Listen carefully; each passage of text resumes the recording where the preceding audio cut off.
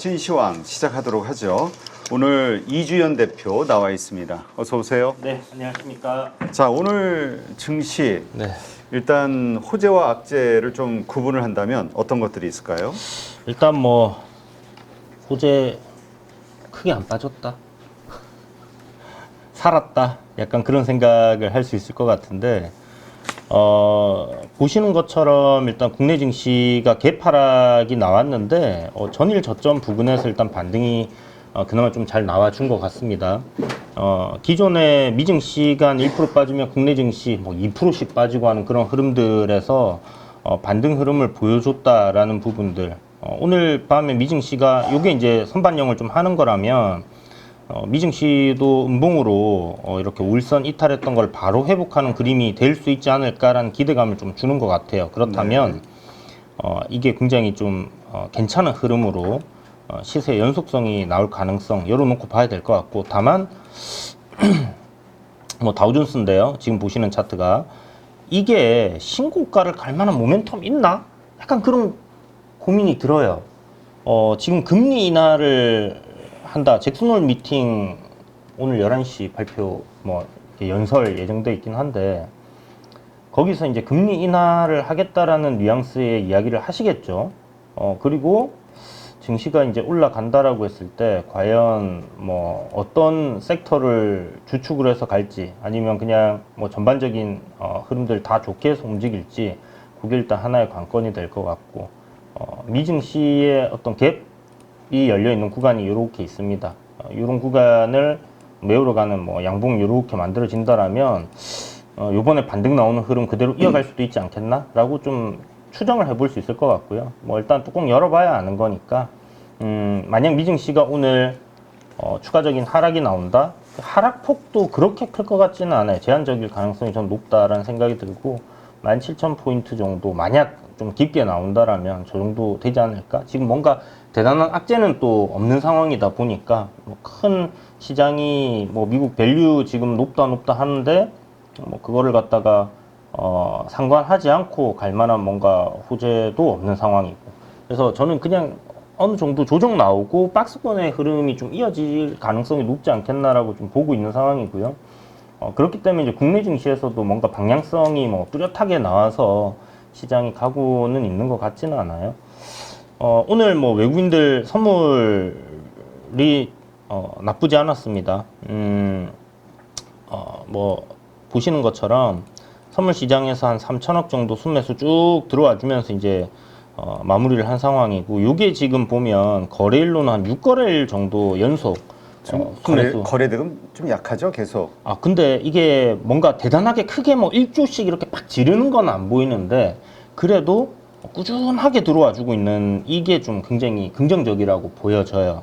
그래서 요거 기억하실지 모르겠지만 2023년도 10월 달에 시장이 이제 크게 하락이 나오고 나서 2023년도 조정이죠, 조정 이제 또 크게 받고 2022년도 10월에도 이 반등이 나오기 시작했거든요. 10월 말쯤부터 해서 그때 딱 외국인들 수급이 이 정도로 들어왔어요. 그러니까 세게 쏴 올려주는 게 아니라 바닥이라고 잔잔하게 꾸준하게 좀 들어와 주는 그런 형태의 흐름들이 있었거든요.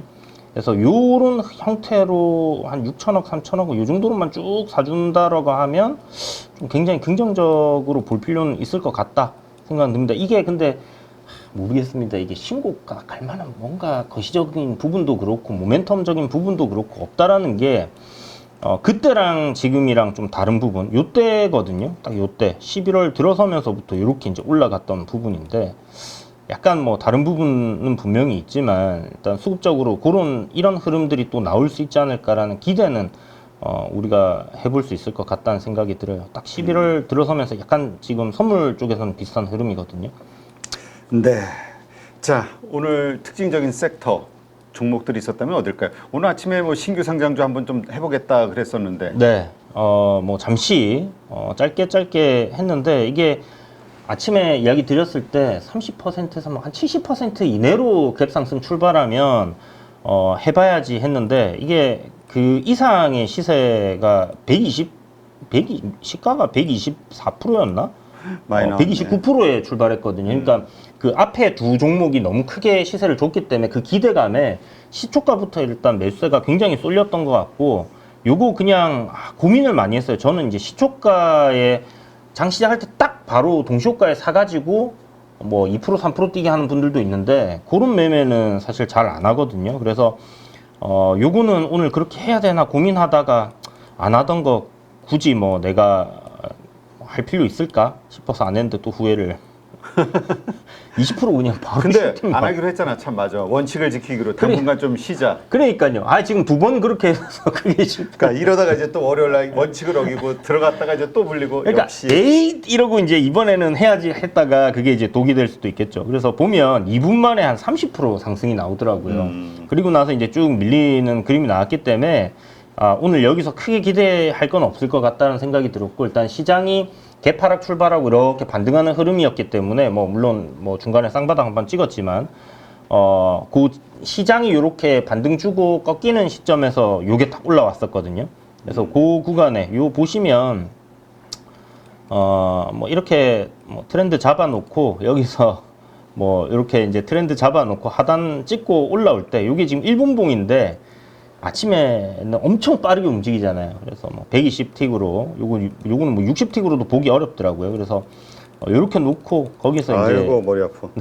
요 반등 나오는 거, 요 역헤드앤 숄더 요거 확인하고 붙어가지고 조금 수익 내고 나왔습니다. 그래서 매매는 어제보다는 오늘이 괜찮았어요.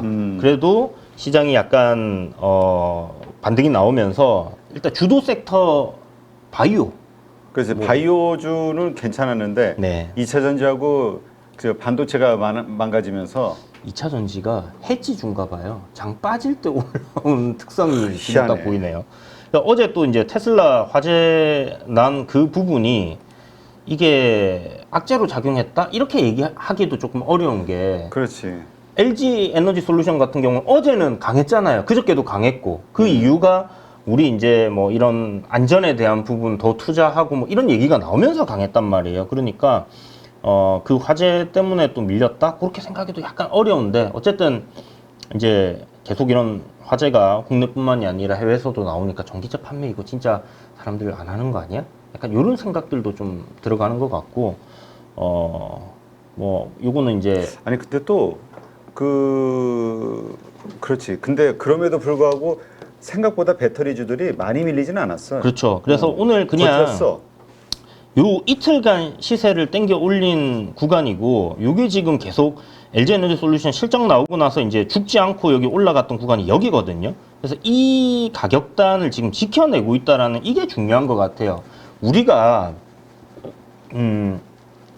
호재성 뉴스나 악재성 뉴스가 보면 어떤 안 좋은 이야기가 나와서 주가 빠질 때는 계속 안 좋은 얘기가 나오고, 상승하고 막 올라갈 때는 막 계속 호재성 뉴스를 막 찾아서 이제 붙여요.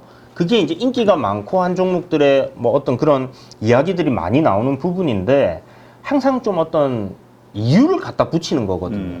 그래서 실질적으로 믿어야 되는 거는 저는 가격이라고 생각합니다. 그러면 지금 셀 3사가 이렇게 그 저점을 지지해주고 있는 현상 자체는 우리가 눈으로 확인할 수 있는 부분이고, 수급적인 부분이나 이런 것들도 눈으로 확인할 수 있는 거잖아요.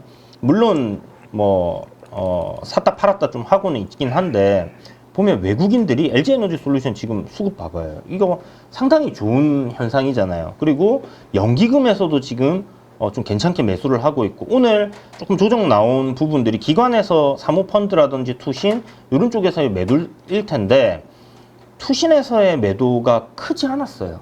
그러니까 이거는 쉬어가는 구간일 수 있겠다. 거래 대금도 그렇고요. 그래서 뭐 저항 자리니까 뭐 자연스럽게 좀 눌림이 나올 수 있지 않을까, 아니면 박스권의 흐름을 좀 이어가는 그림이 되지 않을까, 이렇게 해석을 하는 게 맞을 것 같습니다. 그래서 일단은 지금 시장의 성격 자체가 딱 여기에 포커스가 맞춰져 있어요. 금리 인하.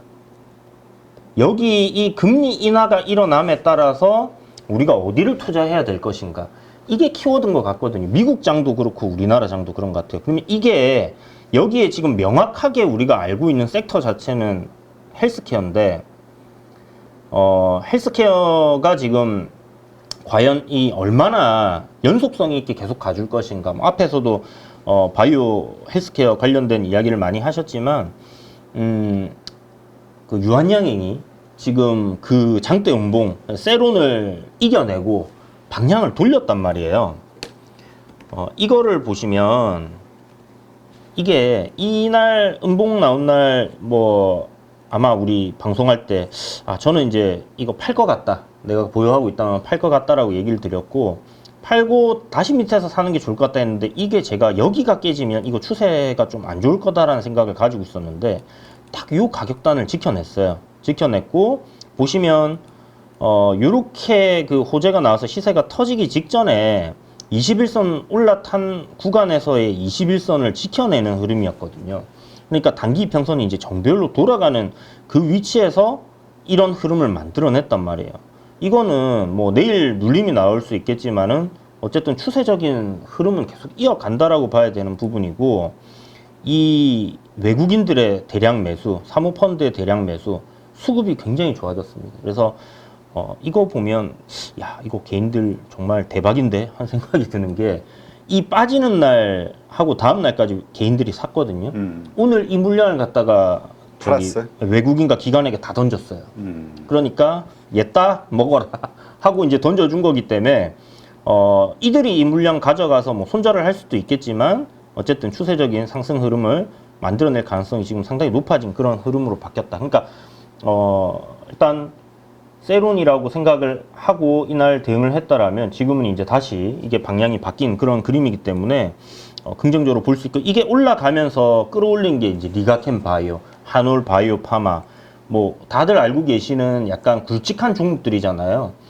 그런 것들이 이제 올랐기 때문에 저는 뭐 굉장히 이쪽 섹터 뭐 오늘 올랐기 때문에 뭐 내일도 오른다 그거 뭐 알 수가 없지만, 일단은 그 알테오젠까지 해서 방향을 다시 한번 만들어 준 것 같아요. 그래서 긍정적으로 일단 계속해서 이쪽 섹터 약간 의심을 하고 있었는데 요날 이제 음봉 나오면서 밀리는 그림들이 나와서 그거 해소가 좀 된 것 같다는 생각이 들고, 요런 잡스러운 것만 안 하면 됩니다.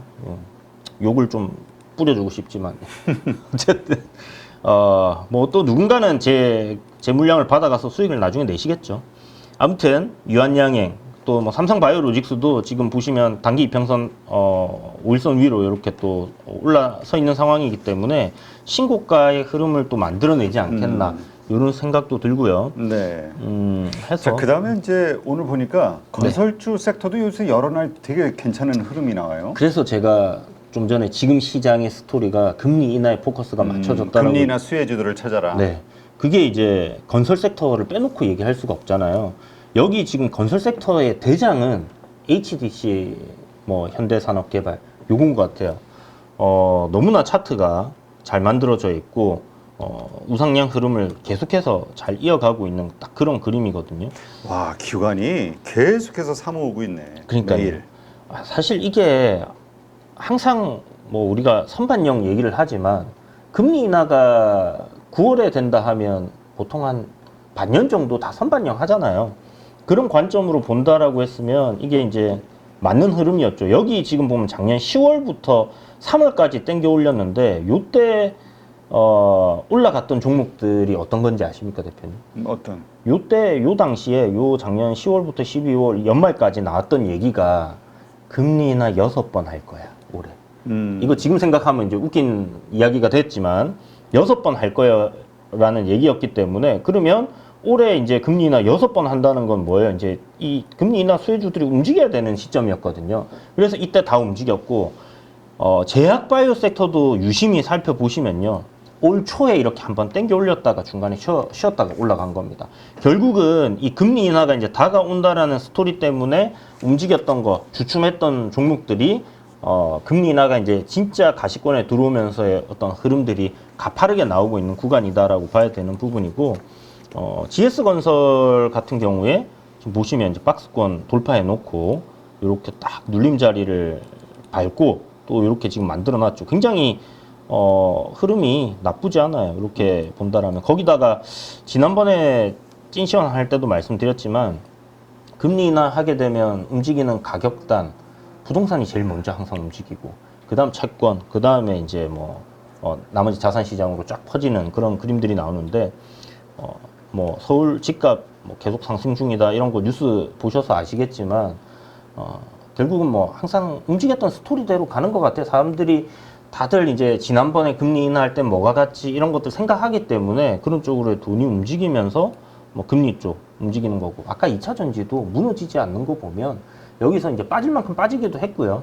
뭔가 어떤 산업의 확신이나 어떤 뭐 그런 거는 들지 않지만 금리 인하에 대한 어떤 성장에 대한 그런 기대감들로 인해서 뭐 계속해서 외국인들이 좀 사는 게 아닐까 이렇게 생각해 볼 수 있을 것 같습니다. 근데 참 그 건설주와 관련해서 특징적인 게 네. 저 GS건설도 그렇고 산업개발도 그렇고 저게 다 부실공사로 한번 호되게 당한 곳들인데 좀 그래서 엄청난 급락이 있었던 순살자인가요? 이름이 있었는데. 과거는 잊어주세요. 그렇죠. 아무튼 뭐 그런 게 있었죠. 음. 그래서 뭐 사람들도 다치고 뭐 이랬던 부분들이 있었는데 그렇게 이제 또 빠졌기 때문에 또 그 물량을 그런 걸 기회로 생각해서 받으신 분들이 지금 좀 수익을 누리시는 거 아닐까라는 생각도 듭니다. 사실 이때 GS는 이거 너무 그 다시 짓는다 했었잖아요. 손실 규모가 너무 클 거다 생각을 했는데 일단 그거는 나중에 또 뚜껑 열어서 실적을 봐야 되겠지만 어쨌든 지금은 상승 추세에 놓여 있는. 하여튼 우리가 그 건설주들 볼 때 대형주 가운데서 수도권, 그러니까 괜찮은 곳에 땅을 가지고 있는 곳들 네. 한번 좀 보자. 왜냐하면 앞으로 이제 이러한 확장성이 생겨서 났을 때 수혜를 보려면 네. 그런 것들이 좀 많이 그 좌지우지 되니까 그럴 수 있죠. 네. 한번 나중에 한번 저것도 그 자산 그 부동산 그걸 한번 체크를 해봐야 될 것 같아. 건설주 투자하시는 분들은. 자, 오늘 그 해외 증시 흐름, 오늘 글로벌 이슈로는 사실 그 우에다 총재 네네네. 이게 있었잖아요. 일본에, 네. 지금 어떻게 나왔죠, 결과가? 그냥 뭐 별 그 그냥 기존 예상했던 대로 뭐 조용히 딱히, 지나갔죠? 조용히 지나간 그러니까 이제 아시아 증시 변동성 없이 무난하게 이렇게 좀 흘러갔다라고 봐야 될 것 같고요. 뭐 외국인들도 뭐 크게 거기서 이제 변화가 저는 약간 조금 혹시나 또 말 바꾸기 하면 어쩌지 했는데 그치. 아니 말 바꾸진 않았지. 왜냐면 우에다 총재는 0.5 뭐 올릴 수 있다 해놓고 네. 그 다음에 얘기 안 했을 뿐이지. 이제 부총재가 나와서 그렇지. 부총재가 얘기했지. 그러니까 이제 나는 그런 말 한 적 없어. 약간 이렇게 또 나오면서 막 할까봐 뭔가 또 시장이 한번 요동칠 수 있지 않을까 했는데 그런 거 없이 잘 넘어간 것 같습니다. 그래도 그것 때문인가요? 다행히 나스닥 선물 지수가 0.6% 네. 상승하고 있어요. 그러니까 이제 이 올라가던 상승하던 흐름에서 울선이 이탈하면 경계감을 가져야 되는데 그 다음날 바로 울선을 회복하면 그 뒤에 뭐 한 3, 4일 정도는 우상향 흐름들 보여줬던 경험이 있거든요. 그걸 뭐 오늘 국내 증시가 약간 좀 선반영한 거 아닐까라는 생각을 아까 제가 이야기를 드렸던 부분이니까 오늘 미증시 한번 잘 지켜보도록 합시다. 그거 이슈 정치권 이야기 요거는 뭐 다들 알고 계실 것 같아요. 사실 이게 이제 오후 방송이니까 오전에 나왔던 이슈들일 수도 있는데 케네디 요번에 무소속으로 대선에 나온다 했던 장관 자리 얻으면서 좀 트럼프 지지로 돌아섰죠. 그렇죠. 그래서 요거 일단 하나 그 다음에 이제 그 해리스 자폭 캡 씌운다 그래가지고 식음료라든지 뭐 이런 소비재 쪽으로 가격에 캡을 씌울 수도 있다라는 얘기 나오면서 지지율 반전이 확 일어난 부분이 있었는데 요게 지금 완전히 지지율 이제 어떻게 될지 계속해서 또 나오겠죠. 지지율 조사에서 또 나오면 거기에 따라서 또 다음 주 이 관련주들 엎치락뒤치락 하면서 좀 움직일 수 있는데 자세히 보면 같이 가고 있어요. 그냥 같이 가는 것 계속 같습니다. 그냥 이슈에 따라서는 엎치락뒤치락. 네, 근데 중간중간 한 번씩 이제 뭐 조정을 좀 세게 받았다가 올라오고 이런 부분들이 있는데 그게 뭐 시장 역량이었으니까 뭐 그렇다라고 칠 수 있는 부분이고요. 어쨌든 뭐 신재생 에너지가 되었던 아니면 이제 뭐 재건 관련해서 뭐 이게 되었던 뭐 이건 계속 되는 것 같고 또 중동 관련해서 이제 하마스하고 이스라엘의 그 휴전 관련해서 이야기 나온 거 보니까 이제 뭐 안전을 보장해주면 뭐 휴전을 할 용의가 있다 하마스에서 약간 그런 식으로 좀 얘기를 했다고 하더라고요. 과연 뭐 알았어 그렇게 해줄게 하고 이제 뭐 대선 끝나고 팍 이렇게 또 암살해 버릴 수도 있는 거고 뭐 어찌 됐든 지금만 아니면 돼 약간 이런 생각이거든요 저는. 그거는 좀 조용하게 지금 넘어가는 분위기인데 지금 러시아를 침공한 우크라이나 이게 진짜 전쟁이 막바지다. 라고 얘기를 하시는 분들 굉장히 많아요. 그러니까 이제 땅 따먹기에서 협상의 카드로 쓰기 위해서 이런 부분들을 활용하고 있지 않나라고 이제 젤렌스키도 이제 그런 부분들을 얘기를 했기 때문에 11월 달에 평화회담 뭐 이런 거 남아 있기 때문에 일정이 잡혀 있잖아요. 그래서 그 전까지는 이런 관련주들 좀 계속해서 우리가 관심권에 두고 뭐 매매 관점으로 봐야겠죠. 지금은 단기간에 또 많이 올라왔기 때문에 뭐 매매 관점으로 그렇게만 좀 접근을 하시는 게 좋을 것 같다. 지금은 좀 사놓고 계속 보기는 좀 어려울 것 같아요. 처음에 그 재건 테마 팍 터졌을 때는 제가 막 거품 물면서 또 막 얘기를 했었는데 아무튼 조심하면서 봅시다. 네. 자, 월요일장 우리가 체크 포인트로 봐야 될 요소가 어떤 것들이 있죠? 일단 오늘 밤에 이제 잭슨홀 미팅에서 뭐 파월도 별 얘기 하겠어요? 우에다 총재처럼? 별 얘기 안 할 것 같아요. 딱히 뭔가 우리가 생각지 못했던 뭔가는 안 나올 거고 기존에 이제 있던 이야기들을 할 텐데 뭐 금리 인하에 대한 스텝을 어떻게 밟아갈 것인지. 그러니까 저는 뭐 똑같은 얘기일 건데 우리가 다 아는 내용일 건데 이거를 이제 파월 입으로 어떤 식으로 확인을 해주느냐 하고 그 다음에 한 3차례 정도의 뭐 금리 인하를 한다라면 이거를 베이비컷 0.25% 이렇게 빠지는 거니까 그거를 갖다가 이제 단계적으로 해 간다라는 게 연준 의사들의 뭐 이야기들이었는데 요걸 이제 그걸 확인해 주는 거. 그다음에 이제 지금 고용 시장에 대한 부분이나 이런 것들을 어떻게 해석을 하고 있고 이런 부분들을 어떤 톤으로 얘기하느냐에 달려 있을 것 같고요. 근데 이 파월이 어떻게 얘기하고 있느냐가 중요한 게 아닌 것 같아요. 그러니까 내용은 어차피 거의 비슷하게 나올 텐데 거기서 중요한 부분은 결국은 그 11시에 밤 11시거든요. 연설하고 난 이후에 시장이 어떻게 반응하느냐. 이거를 금리 인하한다는 걸 이제 거의 확정화되었다는 부분들을 다시 한번 확인하고 시장이 환호를 할 것이냐, 아니면 제로 소멸로 또 볼 것이냐. 이게 이제 하나의 관건이라고 생각되거든요. 사실 이게 뭔가 새로운 게 나올 것 같고 이랬으면 우려감에 요 며칠 미증시가 막 확 급등락을 했어야 됐는데 변동성이 굉장히 커졌어야 됐는데 뭐 어제 하루 정도 빠지는 상황이었다고 하면 충분히 뭐 저항자리 돌파하고 눌림이 나올 수 있는 구간이었기 때문에 그렇게까지 해석하기는 좀 어려울 것 같습니다. 그래서 일단 11시 오늘 뭐 저도 안 자고 그 연설 보고 있을 것 같긴 한데요.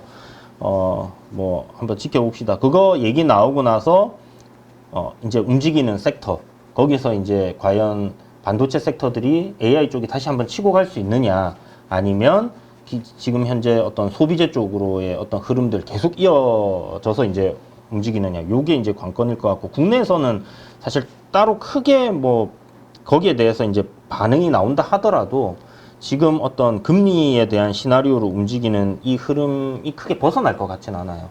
그래서 뭔가 주도 섹터가 팍 만들어지는 그런 그림을 예상하기는 어려울 것 같고, 나올 수 있는 섹터는 결국 뭐 지금 딱 손에 꼽히는 거는 제약바이오, 그 다음에 좀 전에 말씀하셨던 건설, 거기에 대해서 건설은 이제 제가 봤을 때 한두 달 안에 이렇게 뭐 신고가 나오는 종목들 생기고 나머지 쫙 올라가는 흐름 나올 것 같거든요. 그래서 그거 일단 뭐 그렇게 봐야 될 것 같고, 하나 더 보자면 밸류업 관련해서 고배당 주는 것들, 요거 이제 연말까지의 어떤 배당 기대감, 이런 것들 살려서 좀 움직일 수 있을 것 같고. 대표님 요새 혹시 뭐 한때 자산주의 대장이었죠. 그 KTNG 주가 보고 계십니까? 아니, 안 보고 있어요. 저 그쪽에 관심이 없어가지고. KTNG가 뭐 하는 회사인지는 대표님 아시잖아요, 그죠? 이게 이제 그 코리아 타바코엔 진생이 아니라 우리 고려 인삼. 네, 그 홍삼이 아니라 뭐지? 홍삼원? 정관장. 정관장. 네, 정관장이죠. 정관장하고 이제 뭐 그런 회사인데 투마로우 앤 글로벌로 이름이 이제 바뀌어서 민영화된 회사인데, 최근에 주가 흐름이 이거 뭐 어디 적재적 M&A라도 들어왔나 싶을 정도의 불을 뿜고 있거든요. 야금야금 많이 올랐네. 이게 단기간에 막 급등을 했어요. 거의 뭐 진짜 급등한 걸로 봐야지, 이 정도면. 그래서 신고가 들어가 있는 상황이 있거든요. 근데 이게 보니까 7월서부터 매수 들어와서 외국인들이 네. 8월 9일까지 매수하고 그 다음부터 야금야금 계속 팔고 있네. 그렇죠. 이게 왜 이렇게 올랐다 생각하십니까? 글쎄요. 증시가 하도 거지 같으니까 배당주라도 가자.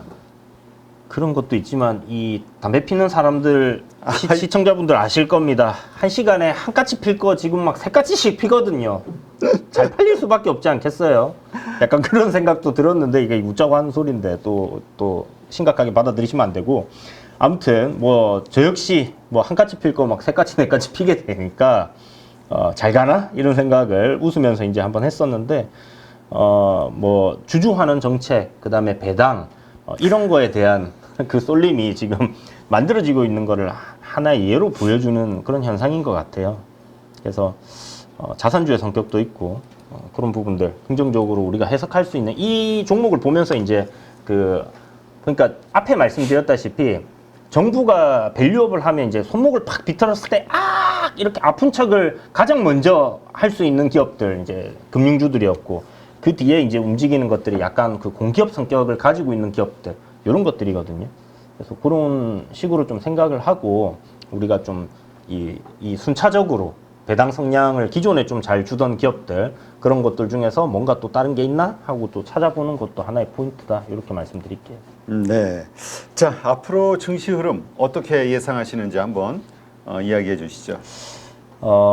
조금 전에 이제 뭐 말씀드렸던 것처럼 이게 최악의 상황은 정말 최악의 상황은 요렇게 한번 내려와 가지고 요 바닥 자리를 한번 확인을 해주고 가는 그런 흐름이 될 거다라는 생각은 계속 가지고 있어요.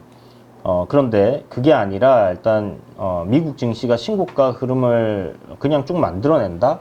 그러면 이거 추세적으로 계속 우상향 흐름이 이어지는구나라고 생각하기보다는 정말 조심해야 될 것 같다라는 좀 생각이 들어요. 그래서 여전히 저는 이제 국내 증시도 이런 갭을 메우러 가는 흐름들이 나올 텐데 일단은 현금 비중을 갖다가 뭐 30-40% 정도는 만들어 놓고 시장이 미 증시가 신고가 가면서 어떤 뭐 전반적인 시장의 흐름이 좋아질 때 분명히 주도 섹터들이 나올 거라고 생각을 하거든요.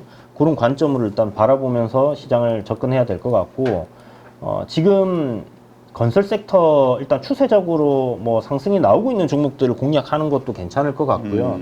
그게 아니라 어떤 바닥을 좀 박스권을 만들고 있는 흐름에서 좀 긴 관점으로 보시는 분들은 좀 접근을 하셔도 괜찮을 것 같아요. 비중을 물론 뭐 한 종목에 20%씩 이렇게 담으시는 분들이라면 뭐 20%를 지금 다 담기보다는 한 10%나 5% 정도를 담아두시고 추세 확인을 해가면서 중간중간에 눌림이 나올 겁니다.